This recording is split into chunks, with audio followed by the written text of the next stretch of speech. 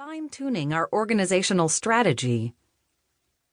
I knocked on the front door of their sprawling Victorian near the Palo Alto border. There was no answer to the bell, no resonant woof from Stephen's huge mastiff Munchkin. I peered through the front window, leaving the print of my nose on the glass. Only dust motes moved inside.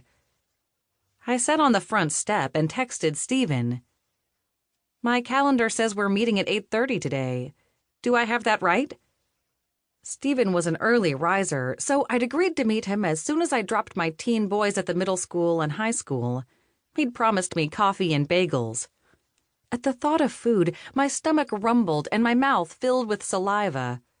I was starving and caffeine-deprived.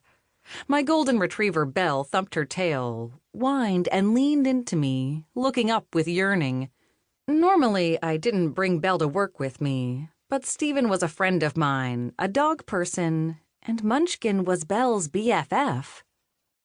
"They'll be back soon," I told her, referring both to Stephen and his seldom-absent canine partner. "I'm sure everything is fine. How often are they ever late?" Belle made a polite sound in response. "Right," I said. "Never. Well, nearly never." Extreme and unrelenting punctuality was a fault of Stephen's, an artifact of his time in the military. Some of his friends found it annoying, but I shared the trait and appreciated his timely arrival whenever we got together.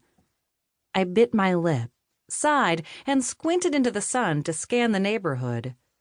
There was no car in the drive. He must have had a last-minute errand that went longer than he had planned. Unexpected traffic tie-ups were a recurring Silicon Valley problem. With the high-tech economy, growing population, and high-density building projects booming, the area was home to a record number of people. More people meant more cars. A trip to the dentist that took 15 minutes a month or two earlier could easily take 30 minutes or longer today, even without a rush-hour fender bender creating gridlock. The problem grew worse daily, and there was no easy solution. I looked at my watch. Any minute I expected to see Stephen and Munchkin loping up the street from one direction or the other. At 6'4", accompanied by a dog that weighed almost as much as he did, Stephen was hard to miss. I paced in front of the house. The situation reminded me too much of a client session I'd begun 4 months earlier, standing on a porch a few blocks away when my client was late. That morning had culminated in the death of a dear friend. I shivered, drew my fleece coat closer to me, peered at my phone, and dialed Stephen's number. The phone rang before I could finish punching the buttons. "Hello?" I said. The phone responded with crackles and pops. "Police station. Jail. Hello? Who is this? I'm not going to fall for that trick. My kids are safe in school." I disconnected the call.